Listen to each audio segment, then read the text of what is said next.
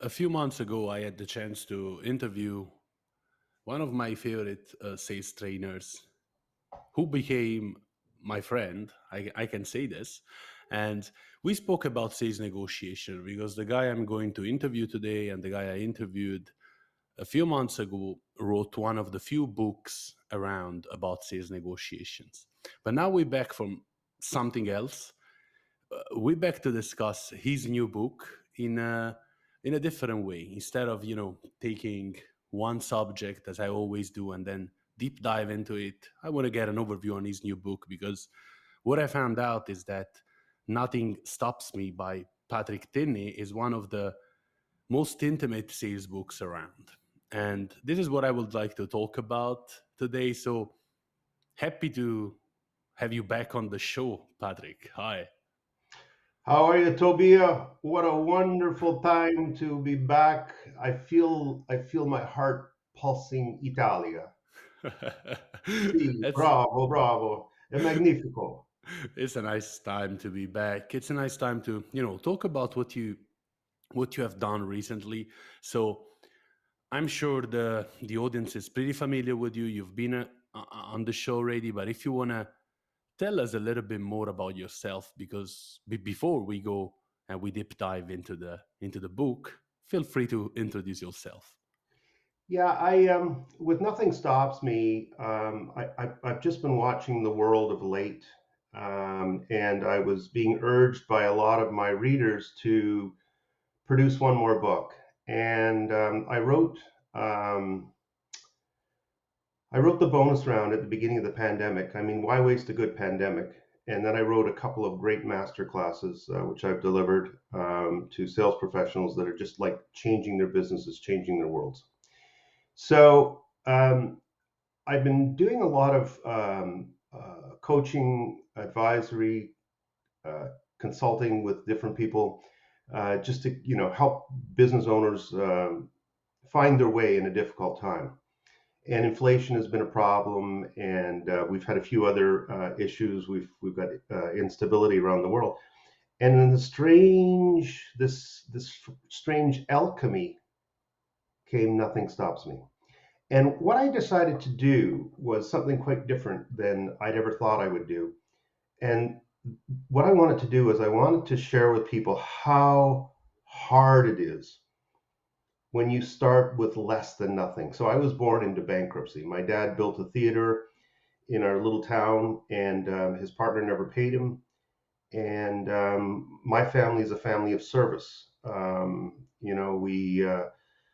We always were involved in things like service groups like the Masons and the Lions and all the rest of this stuff. It's just cadets, you name it, we were involved with it.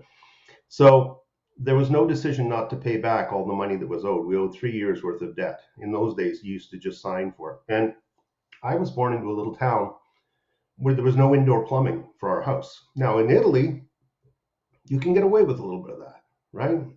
If you live in the southern states, you can get away with a little bit of that.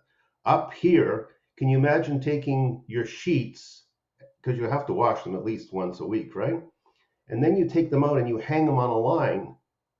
Today, right now, I'm looking at it's 27 degrees Fahrenheit right here, right now. Now, you can imagine hanging them on the line in about 10 minutes. You have al dente.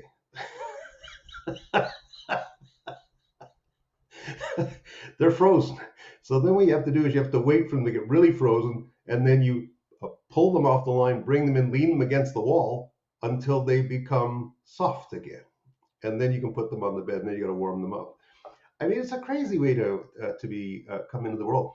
My dad's best friend after the Second World War, he came back. There was no jobs, so he became a trapper, and so he went out and he would trap beaver or whatever he could find for protein, bring it home, drop it on his wife's table, and say, "There's dinner. Get her ready." It was a different life. And then we had to move on to industrialized Hamilton, which is a steel town. It's much like any of the steel towns you would find in Europe, only massive, gigantic, ocean bearing ships coming in to drop off iron ore and coal, coking coal. And with that came all of the difficulty, dare I say. And the difficulty is you get a lot of crime at a scale that's just like out there.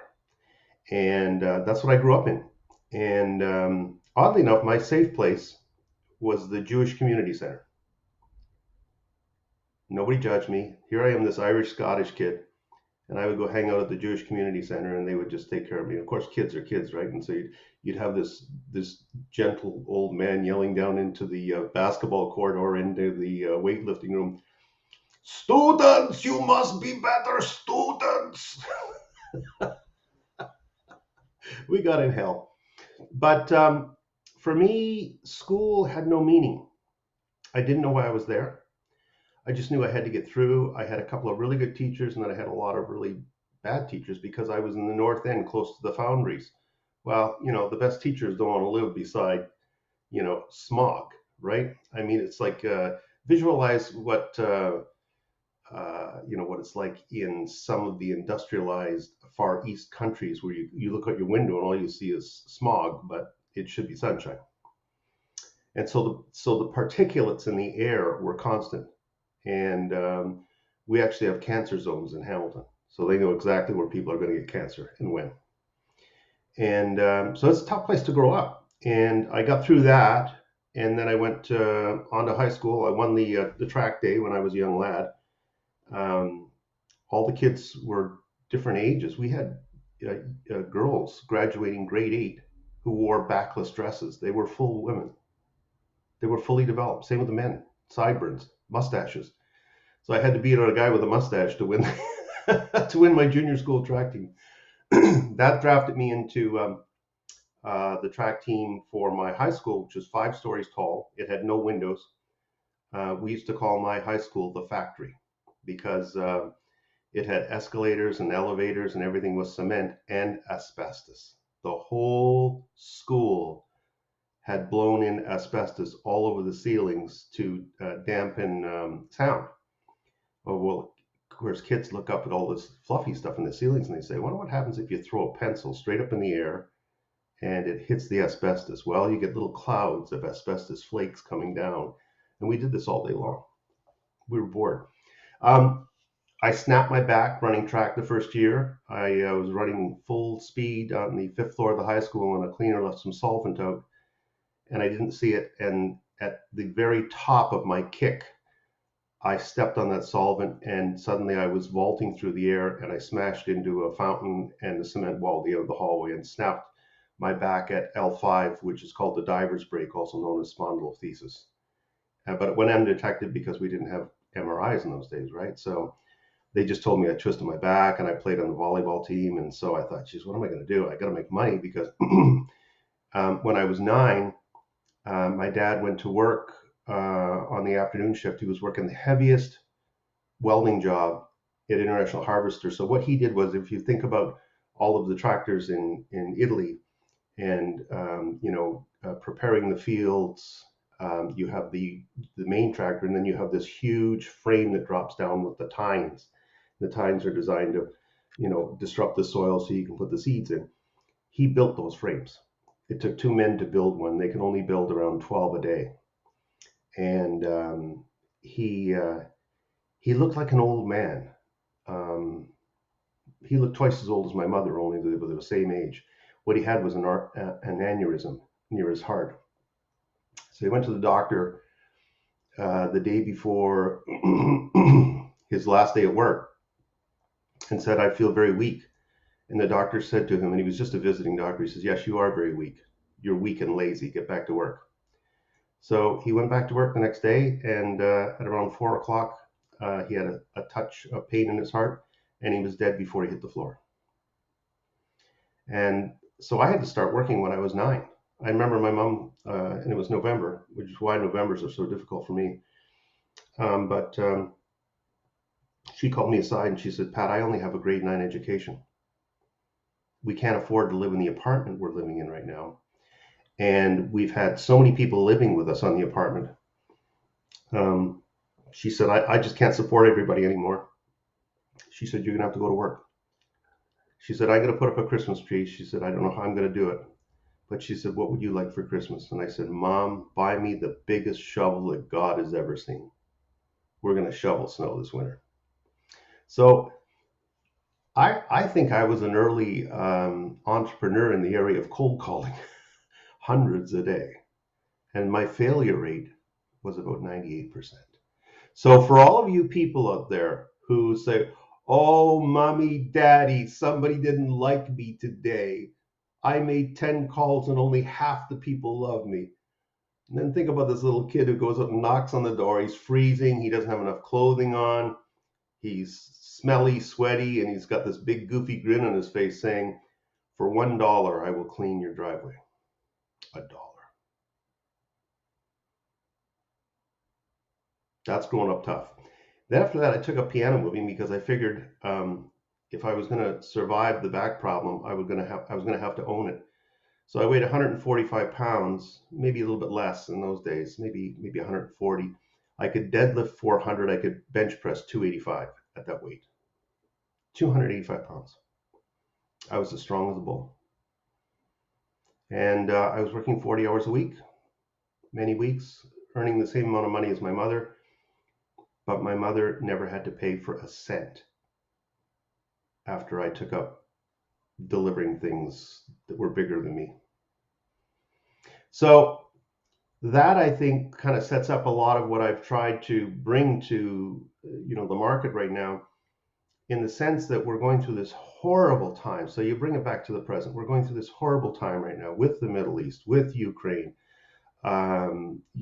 We've got Armenia is just a terribly sad place right now. We've got division in North America. We've got strife in Central America. We've got the South moving to the North. We've got people trying to get, we've got, they call it the Great Migration. And Italy has been a very proud and kind country to take in as many people as they have. Spain has done the same thing. And then as you move further north, there becomes resistance. We've taken in so many people in Canada right now that we have more poverty here than we've had since the Second World War. In Toronto alone, now you got to remember, we can't sleep outside here. We have 11,000 people that are homeless, 11,000 people that are being stored in church basements, that as soon as the morning opens up, they must leave because we have COVID. So where do they go? They walk all day and they look for food. In Halifax, in Canada, which is really cold, they have 20 encampments. 20. They're living in football fields, sleeping on the ground. I mean, sleeping on the ground isn't new. It's been around for millennia. As a matter of fact, when I was a little kid, I only had my own bedroom for 2 years out of my first 18 years. The rest of the time, my bedroom was the dining room on a fold-out couch, or it was the floor if somebody was renting that couch. Other than that, it was a pretty nice life.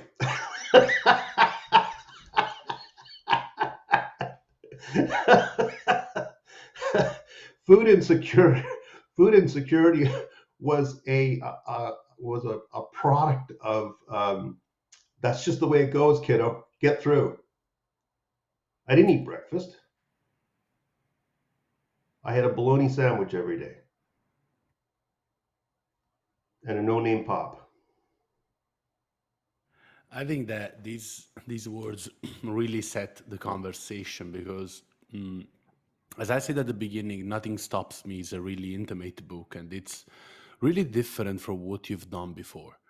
Before, you were taking one topic, deep dive into it, giving suggestion, sales negotiation, prospecting, and but the book by itself was limited to a certain area of sales. And then you were, as I said before, writing all that you knew about the subject and giving it to people. But now Nothing Stops Me is different. It's like going through your life, and every chapter is a chapter of your life which is really linked to sales, and then you leave with a lesson, with a sort of lesson learned. So this is why I say it's an intimate book, because no one wrote something similar in the past. And honestly, when you gently sent me the first pages of the book, I was kind of shocked because it was like really new for me to read all this intimate narrative linked to sales. So my question for you is, how difficult was it to write this book? Because honestly, I don't have all that stories to tell now, even because of the age or whatever, but I don't imagine myself writing that kind of book. So how difficult is it was it, Patrick? So it was so difficult that I couldn't believe what I'd written after I wrote it. And I thought, I can't just send this out. I have to fact check it because it looks too bad. So I have a sister who's 6, 7 years older than me. And I sent it off to her and I said, I need you to read this because I'm not sure I actually believe it. Like, I don't think it's all right. She sent back 2 suggestions. I was 99% right. And I lived with an uncle with post war syndrome who was alcoholic. And, my life was kind of like if you were to sort of, I've tried to sort of figure out the movie, what the movie would be like. But it's the only one that comes to mind that sticks in my own mind is Good Will Hunting. And I chose the wrench. It was bad. I couldn't put everything in the book. If I would have put everything in the book, I would have lost the what I believe to be the commanding message to people, which is that it doesn't matter how bad things get. You can't sit around and say why me. Why me is it's a plea for help, right? So the better question is why not me, and the better question is how do I survive? How do I thrive? How do I climb mountains? How do I fly without wings? And I can remember being in Hamilton, and I got booted out of the first college I was in, which was a good thing. They were boring, and I knew it, and my grades showed it. And I'd heard about a secondary program in Sheridan College, closer to Toronto, so it was 20 miles away from Hamilton. And I got involved in a couple of people in a car, drove with them for about 2 or 3 days, and they were doing extracurricular activities, dare I say, first thing in the morning that we would normally save for a Hawaiian island. I'll just leave it that way. And I just said, guys, I can't do this. And they laughed at me and they said, what do you mean you can't do it? They said, you've got no money. We know it. You can't do it. I said, watch me. Watch me. So I'd wake up at 6 o'clock in the morning every morning, dress like the abominable snowman, and take 2 streetcars, one downtown, one across town, and then I go up to the Queen Elizabeth Highway, which is one of our busiest highways in southern Ontario, and I would hitchhike 20 miles one way to the ramp where I would get off, and then walk up to the college, which was another, I don't know, best part of a mile. But the thing is, you didn't always get a ride all the way to Oakville. So it could be I would get a ride, say 5 miles, and then I'd have to jump out and run down another ramp and then stick my thumb out again. And I was carrying a gigantic portfolio bag because I was in the advertising class, right? And so anyway, I made it through there. I was one grade off of the dean's honor roll. I missed it by a single grade. I did that twice at that college, which is really funny. Um, I won the Teton Advertising Award for the most improved student, and I was hired to go work in Edmonton, which was 2,700 miles away from Oakville and Hamilton. I didn't have a car, I didn't have any clothes, and I didn't have any money, but I went. I it just it was like the first of many times where I just totally uprooted myself and said, run hard, run fast. We see the light. So my roommate Stephen James, we were friends all through college. His dad had given him a car. It was a Chevy Malibu. It was a '72, I think, and it was pretty good shape, but I think there was a couple of holes in the floorboards. But anyway, I learned how to drive over 3.5 days going across Canada. I remember one of the nights that we camped above Lake Superior, which is the largest inland freshwater lake in the world. The waves there can get 10 feet tall easily as they crash on the shore, especially if they're coming up against the sides of the Canadian Shield, which is this massive, gigantic rock. I mean, it's just the whole northern part of Canada is just granite mostly. Anyway, it's June. We were eating everything that came out of a can. So I never grew up eating sardines. Steve introduced me to sardines, beans, and I forget what the third thing was we ate, and beer, because we couldn't afford wine or whiskey, so we had beer. So we climbed into a pop tent. Now, I grew up in the north end of Hamilton, where there's a lot of street talk and street slang, and everything about my world was slang, and it wasn't the good slang. It's like you hear people from some of these neighborhoods of very heavy industry, and you talk like this, you know what I mean? It's really funny. So anyway, he says, Pat, he says, you ever been camping? I says, once. He says, why did you only go once? I says, Hamilton is just cement. What do? You camp on cement? I don't think so.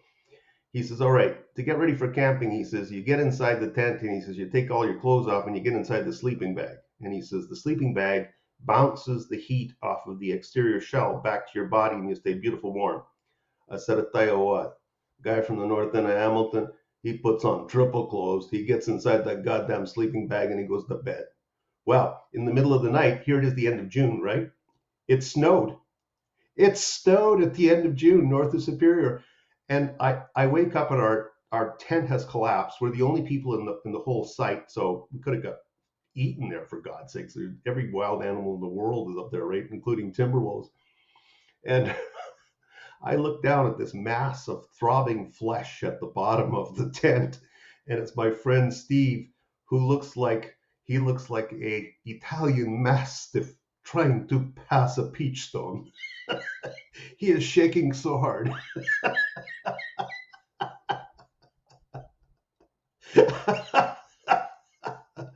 Oh God. And then we got up and we just started driving again. So when we arrived in Edmonton, no money, no clothes, no apartment. So then we had to move into an apartment, a beautiful apartment. It was gorgeous, but we had no money, no clothes. So we went up and bought 2 beanbag chairs that were plastic, full of little plastic pellets. We found an ironing board that must have been, I don't know, 60, 70 years old. And we had a pot. That was it. And then later we got a hibachi. That was really big. But I had no money to go do anything. Nothing. And it was so weird because there was so much activity in Edmonton time. The Commonwealth Games had come there. I was sleeping on the floor thinking to myself, what the hell is this? So every day I wake up, no breakfast, drive to the office, which was the shopping center, and I would run downstairs and I would eat the biggest plate of French fries that God had ever seen with the biggest Pepsi that I could get for, in those days, probably $2.50, $3. And might have been less than that. And I would just throw all this food back, and I would say, more gravy, more gravy. And I would eat all this, and then Steve would get me into his car, and he would drive me for, I don't know, a good 45 minutes in heavy traffic, drop me off in my territory, and I would walk in the heat of the summer with my 3-piece suit on, with my bag, and make hundreds of calls. Hundreds. I'd walk in and hold up this tiny little newspaper and say, do you realize what this newspaper can do for you? The person would say, I've never heard of your newspaper. And I'd say, well, by the time we're finished this conversation, you're going to know a lot more, and I'm going to make you a lot of money.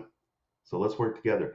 Here was one more problem I didn't put in the book, was that most times we didn't get to see proofs. So what you do normally is you design an advertisement, and on our computers now we can actually create a Mac advertisement, right?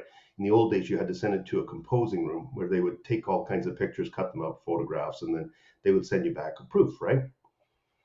Well, if the ad was running late, There was no time for a proof because the production department was an hour's drive away, right? You got to remember, we're in the middle of rural Alberta. We're in the middle of nowhere, and where this plant was. So I'd get a call, and let's say that I'd sold an advertisement to a horseback riding school, right? So you get this call from this guy. Is this Pat Tinney? Yeah. Got an ad in front of me. I said, yeah. Which one? He says, the horseback riding school. I said, yeah. It's a beautiful farm. Great. Do a good job for me, will you? Yeah. So the horse, you want him standing still? You want him jumping over a fence? What do you want the horse bucking? What do you want the horse to look like? I said, well, it's a horseback riding school. I mean, you could have it jumping over a fence, but we don't practice that at riding schools. You just practice staying on the horse. All right, I don't know what to do. I'll leave it with me. So I remember selling one time an advertisement to a beautiful plant store, and the guy says, "Got your advertisement. Looks a little Hawaiian to me." I said, "Well, it's not. We're in Edmonton, right? I mean, a lot of these, plants have got long, feathery uh, leaves, but I mean, it can't look too exotic, if you know what I mean, right?" So I only set this up because what would happen is the newspapers would arrive. We never got a chance to take the ads out to the customer, so we'd have to sit there for about a half an hour with coffees in the morning, trying to figure out which ad was actually the one we sold. Tobia, think about it. Can you imagine producing a piece of software for your customer that you've sold to, and then having to sit there and run it to see if it's actually what you sold? And then you got to take it out and you got to sell it again. It was the Wild West. Funny story was I ran into a lady there. God, she was lovely. And I just didn't have any money to date girls. Not that I didn't have chances to be friends with girls, just no money. And of course, girls don't want poor guys. That's just the way it goes. So anyway, she says, Pat, my dad is a developer. Well, I didn't know what a developer was in those days. I mean, got to remember, I grew up in the north end of Hamilton. Development to me was a treat. Geez, that thing is developing. Look, it's growing. Anyway, he was building up massive tracts of neighborhoods and houses, and he was ahead of the entertainment committee for the Commonwealth Games, which, by the way, for the opening games, it's like the Olympics. It's almost the same. I didn't know anything about it. So anyway, she says, my dad has hired a band, but part of the deal is that this band loves to play baseball before they go out and do their concert. And the byproduct of this is that you get to come backstage, you get to go to the Commonwealth Games, and we get to hang out with the band after the concert is over and all the rest of it. It's the opening part of the games. I was so poor, to be honest to God. I don't like to cry poor mouth because that's a strategy in one of my books. You just keep telling people you're poor, but the reality was I had no way to get there even, right? So I just sort of said to her, I said, thanks. I really appreciate your kindness, but I can play baseball, but I'm otherwise detained. That's code for feeling a little bit rough about this one. I know this is going to hurt later. So anyway, games were over. Ran into her a couple of weeks later. I said, how were the games? She said, oh my God, Pat, I've never seen anything like that in my life. She said, like, it was an ocean of people. The royal family was there. Delegates from all over the world, Africa, everywhere, all the Caribbean islands. You name it, they were there. And she said, what a blast. And I said, wow. I said, glad you had a great time. I heard it was really, really, really good. You could just see all the money coming into Edmonton at the time, right? We built new buildings for. Part of it was the swim pavilion that we built brand new. Anyway, I just sort of said as I was walking away, I said, by the way, who was the band that you got to play baseball with and hung out with? She said, oh, new band from California. Just got a couple albums out. I said, name is? The Eagles. The Eagles. I turned down a chance to play baseball with the Eagles. Now, a guitar today, signed by the original members of the Eagles, if you go up onto eBay or if you go up onto any of those auction sites, is worth somewhere between 45 and $50,000 US. That's what I missed out on. That's what you lost. But it's okay. You gained a lot of other stuff, so You know, you got to roll with the punches. I have another question for you because I mean it's as you said, I'm happy that in this conversation you're driving us, me, the audience through the stories that then you bring into the book. But my question is, talking about what you wrote, why did you choose to write the book with this structure? Because let's split a little bit the sales books into two main families. Let me put it in this way: we have on one side strategy and tactic, which is what you wrote about, and another side which is related to motivation. Why did you choose to write a motivational sales book? Because I mainly identify as it, even if there are a lot of practical tips in it, but it's mainly about motivation. So taking your life, taking the best out of it, and then, you know, flip it. Why did you choose a motivational sales book? Because I thought now was the time. I've never seen our civilization this divided in my life.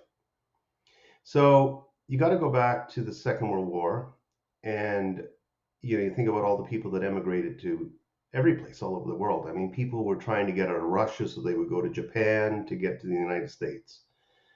Um, Canada was one of the greatest recipients of Italian immigration. Toronto is the second largest Italian population outside of Rome.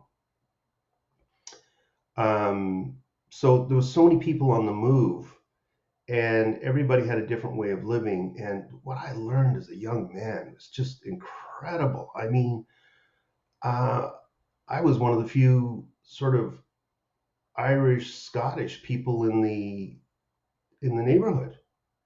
My landlords were Ukrainian. Um, Everybody was different. I could swear in about 10 different languages by the time I was 7. It's so funny. Our high school was like the United Nations. People, I remember, oh God, when you bring all those cultures together and you bring all the differences together and you bring learning together, the kids usually solve it, right? They figure it out because they want to progress. And it brings even a higher level of what I would call entrepreneurism, although we didn't know what the word was at the time.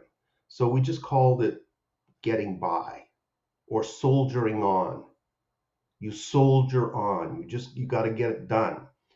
So there was none of this. I mean, in those days, we're actually back to what it looked like then. There was the haves and the have-nots. I can remember one of the stories that I put in the book was after my dad died. I only got one thing. My mother said, "Is there one thing that you really want that I can only give you once because we've got a tiny bit of insurance money and then that's it. We own a house in Campbellford, but nobody can live in it. So it's like there's no plumbing, and in those days, you couldn't rent a place without plumbing, right? So anyway, it was just a structure that sat there that was on a tiny piece of land, much like what happened in rural Italy when everybody left. There was a period of time where everybody just said, "I'm going to the city. The heck with the country." I mean, who wants to sit out here and pick olives all day? Nobody, right? You want to be where the action is. You want to be where the all of the fine art is, where the great food is. Not saying there isn't good food in the country, by the way. There's a lot of nonas out there. By the way, I make my own focaccia. Yes, yes. Every night I roll it out, with some beautiful olive oil, sometimes a little bit of crushed garlic on there, and then a little bit of rosemary, and in the pan it goes with the olive oil. But Madonna. So, you know, I'm seeing this great divide right now. I remember riding around a tennis club, and there was only one door to get in. And I was used to, going to parks where you could just, everybody could go to the park and have a picnic and all the rest of it. And I realized there was a fence around it. And I thought, I wonder why they put a fence around this place. It looks like a lot of fun. I wonder how I get in. There was a thing called money involved, and I didn't have any. And I didn't have time anyway. I had to go to work. I picked worms. Here's a great story for you. There was a guy, we had a steam bath across the road in the middle of a residential area, a steam bath. Now, you got to stop and think about that one, okay? All right. So, the guy's sitting on the front porch. He's smoking this huge cigar, and he calls me over, and he's got like two big towels on, right? He's a big barrel of a man. He goes, "Kid," he says, "I'm going fishing tomorrow." He says, "You know where to get worms? Fishing worms." I said, "Yes, sir." He says, "I need worms." And I thought to myself, he needs worms.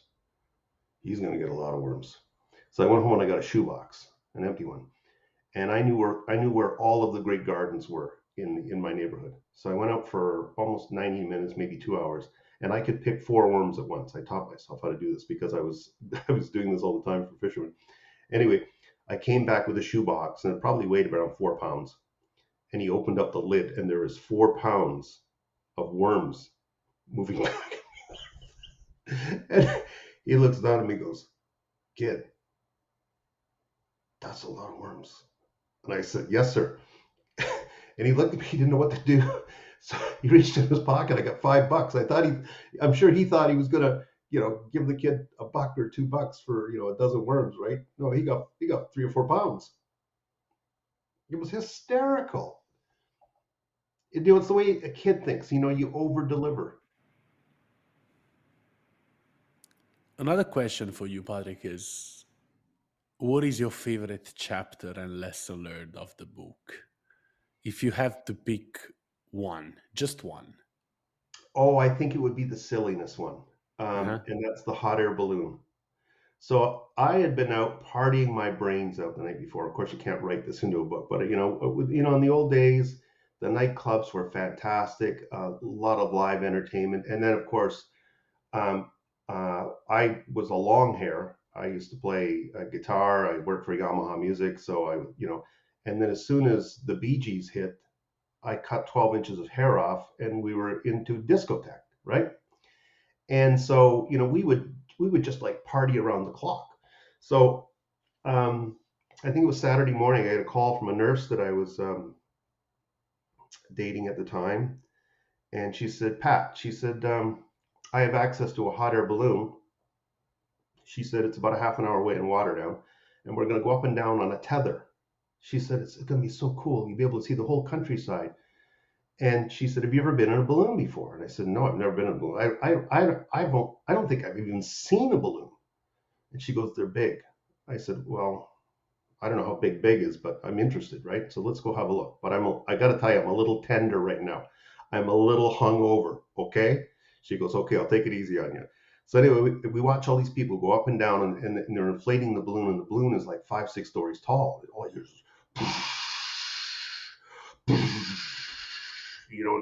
it's these fiery flames that are coming and inflating the balloon, right? And so people are getting in and out of the balloon, going up and down and up and down and up and down. We were the last. Right? I thought, geez, I hope I get a chance to go in, right? Because looks so fun, right?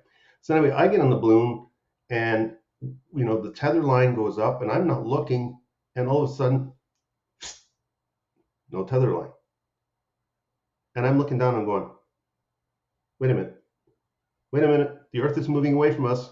What's wrong? Something's wrong here. And she's got this big goofy grin on her face, and she's got everybody down on the ground taking pictures, and they're waving, and I'm going, oh no. Well, anyway, in those days you don't have weather reports. You got sort of weather reports, but you don't have the diagnostics that we have today, all the computer simulations, all the rest of it, right?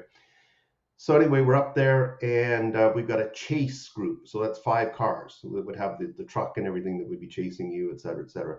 So we're up there for around 20 minutes, and the pilot is Scottish. She's from the north of Scotland. I can tell that brogue in her voice because my family, half of them are from the north. And all of a sudden, the clouds close under us. Now, Tobia and your audience, I'm not sure if you can really gather this, but you're around, I want to say 5,000 feet in the air. Cars look like they're an inch long. That's how big they look. And there's no noise. You're the noise. The only noise you hear is every once in a while you hear, and that's the gas being released to keep the balloon up. So I look over at the Scottish pilot and I say, "How long are we up here for?" She said, "We'll be descending soon." And I said, "All right." I said, "So I can't see anything. Like, how do you know where to come down?" She pauses. She says, "Never mind." She says, "Keep an eye open for the bigums." And of course, in sales, it's all about discovery. It's the discovery, it's qualifying. So I thought, what a great opportunity to discover, because I'm coming down in the middle of nowhere. I can't tell how I'm coming down. I mean, I could land in the middle of a lake. I could land in the middle of a forest. I could land, in the middle of a forest fire. I could land in a goddamn traffic jam. I don't know where I am. So, anyways, we're coming down. I thought to myself, I better ask. I said, "What's a bigum?" And you got to remember, where I live is close to Niagara Falls. It's one of the largest hydroelectric creating machines in the world, right? She says, "Keep an eye open for the big bloody towers that And all of a sudden it hit me. Oh my God. We're landing in a grid of hydro towers. No parachutes. Have you ever seen a balloon that went wrong? Yeah.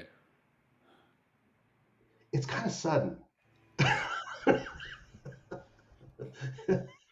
it's parabolic, only the other way. So anyway, we're coming down, and I said to her, I said, what's your idea of a good landing? She says, "Well, last week," she said, "we didn't have a good landing." I said, "Well, how is it not a good landing?" She said, "Well, we came down, everything was going well, and then as we hit the ground, the jet stream was sort of passing along under us, and we ran into a 25-mile-an-hour crosswind." And I said, "What was that like?" She said, "Two or three fields later," she says, "we finally stopped." I said, "What do you mean you finally stopped?" She says, "Well, people were hanging onto the side of the balloon, hanging on for dear life, and having their clothes ripped up and being cut up trying to land the balloon. And then we landed at a tree farm, and we were so close to landing. Can you imagine landing in a forest? Can you imagine landing like you're stuck 40 feet in the air and you go, where's the elevator?" Makes sense. And I have one last question for you, Patrick, because I mean we are almost there with the conversation, with the interview. But I think that when someone writes such an intimate book, show like tells so much about himself, I don't know how to, you know, how that person defines and sets the expectations, because when you write a book, a normal book, you say, okay, this is the topic I want to talk about. This is the audience. These are the people. The topic is the trending topic in, let's say, the sales world. And I expect these results to happen. And then you figure out if the result happened or not. My question for you is, what do you expect out of this book? Because it's an atypical book. Like, what would be the best thing that can happen? The best thing that can happen has nothing to do with me. It has to do with lifting people from despair, from feeling that all is lost, from feeling that there is no tomorrow, for feeling that they can't get up again, for feeling that they can't get out of bed, for pulling them out of some state of downness or depression, to lift them away from anxiety. Do you know that your mind can't be in two places at the same time? So, as I've been through some of the most difficult times in my life, I would stop myself and I would say, "Wait a minute, don't go there. What are you grateful for?" "Well, I'm grateful I woke up. That's pretty good. I have some food. I have a little bit of water. Um, I can go out and fight another day. I can go out and win. Nobody can stop me from winning. The only person that can stop me from winning is me. Now, they can slow me down, sure, but they can't stop me. There is no stopping me. There is no end to my embrace of positive risk.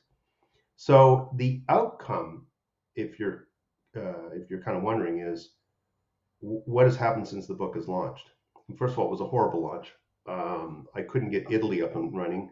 Somebody sold my book in Italy and Canada from underneath me, and I had to go fight for it to get it back, which is the weirdest thing in the world. I've only heard about this in the music business. But long story short is that my book sales from last year have gone 5x in 2 months, 5 times. So I've been getting calls from people reaching out and saying, Pat, I just read through the beginning of your book and I started to cry. How did you do it? How did you stay in a mental state as a little kid? You were thinking like at age 9, you were thinking like a 25-year-old. You were running a piano delivery service when you were 16. You were hiring all the staff. You were filling in all the reports. You were finishing your homework at 10:30 at night so that you could attend school the next day. Maybe not the whole day, because there would be days that I'd have to leave school and go back to work. But the teachers never stopped me. They knew. I remember my mom went for a teacher interview with the vice principal that everybody feared, and his name was Jason Wong. Small man, but I tell you, all the gangs in the north end of Hamilton, they feared him, at least around my school. And my mom was an introvert, and she said, "How is Pat doing?" And he said, "He's doing well." She said, "And?" He said, "We have nothing for him at Scott Park Secondary School. Nothing. We know he's going to do really well in the future. We just don't know what to do with him. But don't worry." You see, I'm a great believer in, and Tobiah, you're one of those people that what a magic friendship that we have. I watch you deliver, your pieces of speeches when you work for Conga and you travel the world, the awards that you've won, traveling the United States as the Italian ambassador for Conga, and you stand up there in front of all these people, and you've just got this look on your face like nothing stops me. I float. I float. That is, you see, when you can start to think that large, and I don't mean in a negative way, in a very positive way. In other words, you're embracing so much positive risk that you grow into the larger Tobiah. You're already a tall man, but you could look like Andre the Giant by the time you're finished. I mean, I just think that you have so much room to explore. The world is going to look a lot smaller to you by the time it's all over. That's all I know for you. I always look for people who exhibit higher emotional intelligence, and I think you're top decile. I think there's a reason that I say this. You'd say, well, why? You're just trying to be kind to your host. No, that's not it at all. You don't see barriers. All you see is bridges.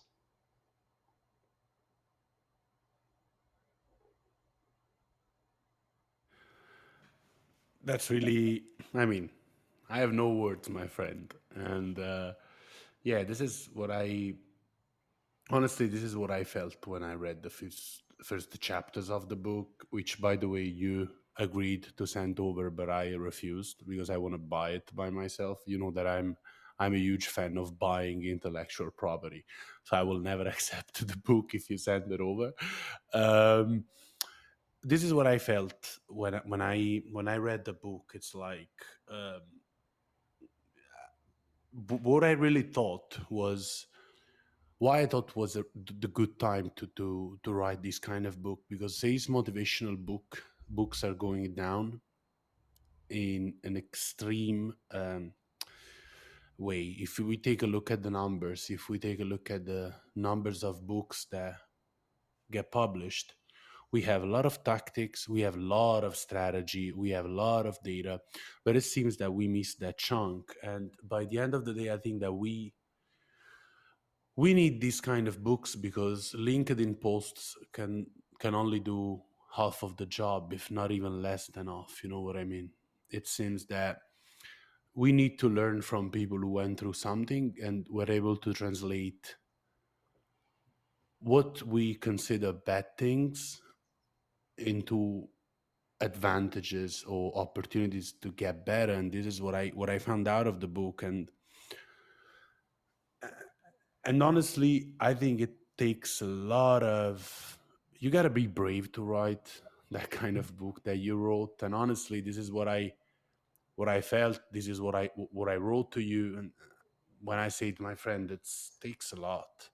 So yeah. But I think that the other thing that I don't want to overlook in this interview is that despite being a motivational book, despite being something that goes through your life, there is always a lesson learned, a practical tip, and something you can apply in your day-to-day life. So it's even a mix of motivational book and sales tactics about how to approach the job. So this is what I think that makes the job special. So walking the audience through your life, walking the reader through your life, and giving him a practical advice on what to do.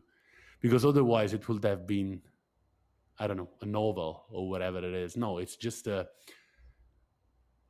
like biography, autobiography in this way, but that gives really us, that gives the salespeople the weapons to deal with everyday work, especially nowadays, which is so difficult. It's so difficult.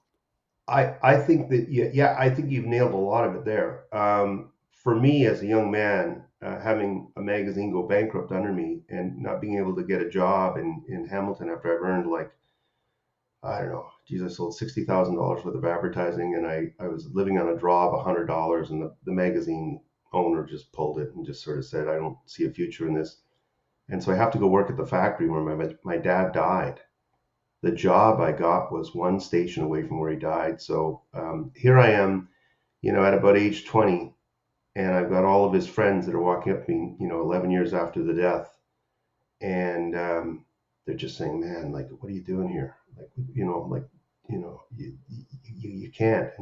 And I would walk around. So I worked in the ovens. I worked a 350-degree oven. It was a paint oven where they put the frames in there, and I would always visualize what it was like to say goodbye to my father that I never got to say to. And I'm the spitting image of my father. We're almost a double, right?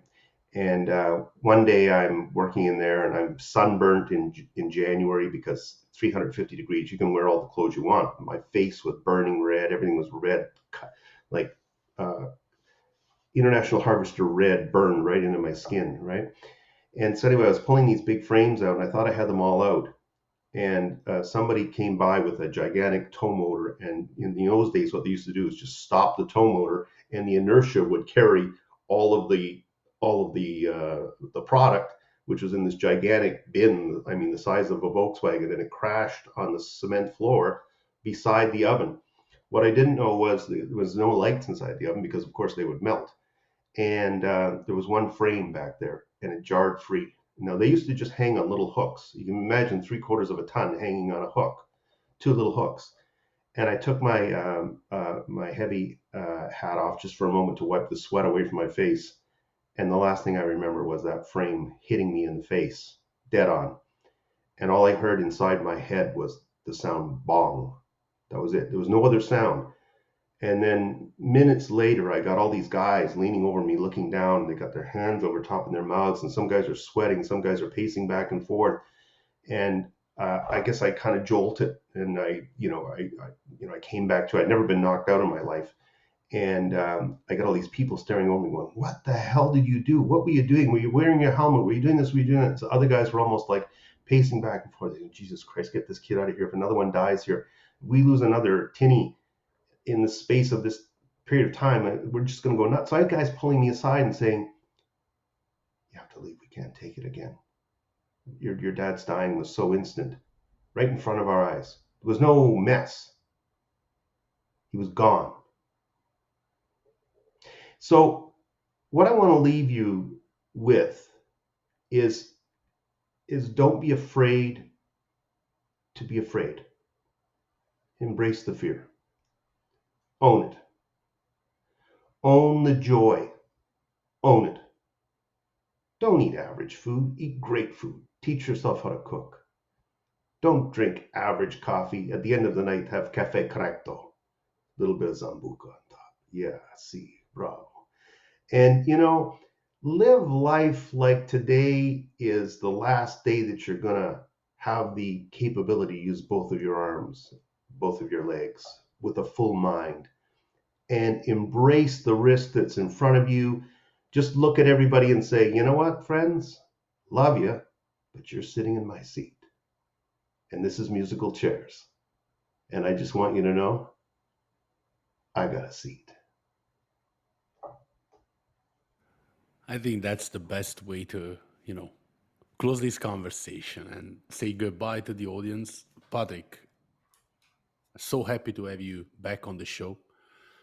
Really looking forward that you sort out the issue about the book in Italy so I can buy it. But I mean, it's something I really recommend to the audience, just to not only follow you on LinkedIn, on all the social media where you post a lot of great stuff, um, but also to go back to your previous books, but especially if they've never read something yours, start from Nothing Stops Me, because it's really something that helps the audience to and helps the readers to really get to know you, and you're a great man, a great man. So thank you for being here, man, my Gra- friend. And gra- yeah, Grazie, Dio. Tante grazie. grazie a te, and I'm looking forward to have you back on the show. Okay. You know what, Tobia? You make the world a better place, man. That's all I know. Thank you so much. Take care. Thank you, everyone, and bye bye. Talk to you in the next episode of the Sales Strategist podcast. Bye, Patrick. Thanks again. Take care.